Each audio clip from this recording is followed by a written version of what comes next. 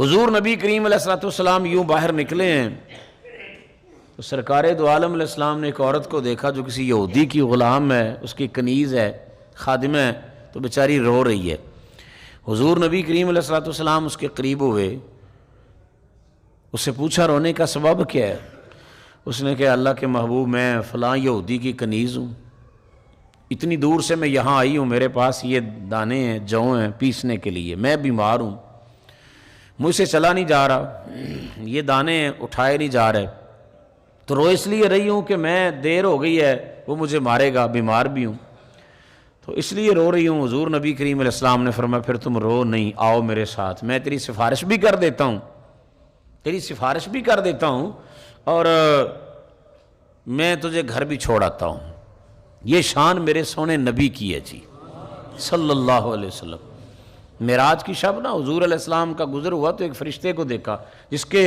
پر ہائے ملکوتی کٹے ہوئے تھے۔ اللہ نے جو فرشتوں کو نوری پر دیا نا، اس فرشتے کے وہ پر ہی نہیں ہیں، وہ کٹے ہوئے ہیں۔ تو نبی کریم علیہ السلام نے فرمایا جبریل اس فرشتے کے پر کیوں کٹے ہیں؟ عرض کی یا رسول اللہ رب تعالیٰ نے اس فرشتے کو کسی قوم پر عذاب دے کر بھیجا تھا کہ اس کے اوپر عذاب جا کر اتارو، نازل کرو، اس بستی کو پلٹنا تھا، الٹا کر دینا تھا۔ اللہ پاک نے اس فرشتے کو بھیجا، اس سے تھوڑی سی ذرا تاخیر ہو گئی۔ اللہ ذوالجلال والاکرام نے اس فرشتے کے اس غصے کی وجہ سے اس نے جو تاخیر کی ہے، اللہ پاک نے اس کے پر ہائے ملکوتی کاٹ دیے۔ نبی کریم علیہ السلام نے فرمایا ہم اس وقت تک آگے نہیں چلیں گے جب تک رب سے اس فرشتے کو پر واپس نہیں دلوائیں گے۔ ہم سریرا کسی کو دیکھیں نا جی، کوئی بندہ پریشان ہے، خدا نخواستہ کوئی حادثہ ہو جائے، کوئی ایسی ٹریجڈی، کوئی ایکسیڈنٹ ہو گیا ہے، تو ہماری بے اسی کی انتہا ہوتی ہے، ہم آنکھیں چرا کے چلے جاتے ہیں۔ واقف بندہ ہو، پریشان ہو، ہم آنکھیں چرا کے چلے جاتے ہیں۔ سگا بھائی ہو نا جی، ایک دفعہ وہ اپنے داستان غم کسی کو سنا دے بھی یار مجھے یہ پریشانی ہے، یہ پریشانی ہے، یہ دکھ ہے، ایک دفعہ سنا لے تو دوجی بار اسی وہ سن دے ہی نہیں، ہم کہتے ہیں چھڈو یار انہیں تو وہی چھیڑ کے بہ جانا ہے۔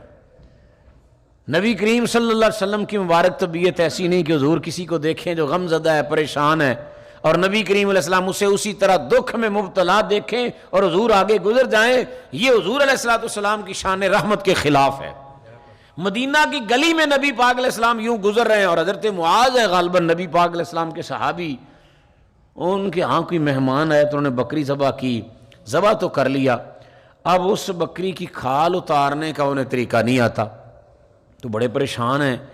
کہ اب کیا کروں، مہمان بھی آ گئے ہیں، انہیں جلدی کھانا بھی پیش کرنا ہے۔ ادھر سے نبی کریم صلی اللہ علیہ وسلم کا گزر ہوا، آپ نے دیکھا کہ حضرت معاذ نے ہاتھ میں چھری پکڑی ہوئی ہے، تو کدی اس پاسے کھڑے ہو جاندے نے بھی ایتھوں شروع کراں، ادھروں کراں، میں دے پیراں والے پاسوں اس کی کھال اتارنی شروع کر دوں، گردن کی طرف سے کروں، کیسے کروں، طریقہ آتا نہیں تھا۔ حضور علیہ السلام نے دیکھا نا تو سرکار قریب تشریف لے گئے، فرمایا لاؤ ذرا معاذ یہ چھری مجھے پکڑاؤ۔ ہیں رحمت للعالمین، شان اور مقام کتنا ہے جی، مرتبہ کتنا ہے۔ حضور علیہ السلام نے وہ چھری خود پکڑی اور پکڑ کے کھال اتاری، گوشت بنایا، پھر میرے مصطفیٰ کریم علیہ السلام نے چھری واپس پکڑاتے ہوئے انہیں فرمایا معاذ یہ طریقہ ہوتا ہے کھال اتارنے اور گوشت بنانے کا۔ حضور علیہ السلام نے غمزدہ کسی کو بھی نہ، ہماری بے اسی کیا ہے، ہم زیادہ سے زیادہ بھی کریں نا، کوئی بندہ کسی جگہ پریشانی میں مبتلا ہے، کوئی ایکسیڈنٹ میں گرا ہوا ہے، تو ہم اپنی جیب سے موبائل نکال کے کم سے کم تصویر بنا لیں گے، کوئی اسے اٹھائے گا نہیں، اسے پوچھے گا نہیں، یہ ہماری بے حسی ہے۔ حضور نبی پاک علیہ السلام نے فرمایا جبریل ہم آگے کیسے جائیں جب تک اس کو رب کی بارگاہ سے پر واپس نہیں دلوائیں۔ عرض کی یا اللہ اس کو معاف فرما دے اور اس کے جو پر ہیں وہ بھی اسے واپس عطا فرما دے۔ اللہ پاک نے فرمایا محبوب آپ جو کہتے ہیں اسی تہاڈی کدے کو موڑی ہے، تسی کہہ رہے ہو نا، چلو انج کرو انہوں آکھو پھر اے تہاڈی ذات تے 10 دفعہ درود و سلام پڑھے، میں رب کٹے پر واپس دے دیاں۔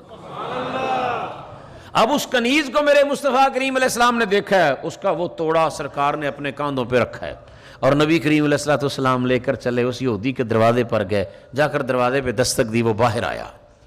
اس نے دیکھا کہ اللہ کے نبی ہیں صلی اللہ علیہ وسلم، وہ تو یہودی تھا اور اس کی کنیز ساتھ ہے۔ حضور علیہ الصلوۃ والسلام نے فرمایا کہ میں نا ذرا اس کے ساتھ آیا ہوں جو تیری کنیز ہے، بیچاری بیمار ہے، پریشان ہے، اس سے کام نہیں ہو رہا،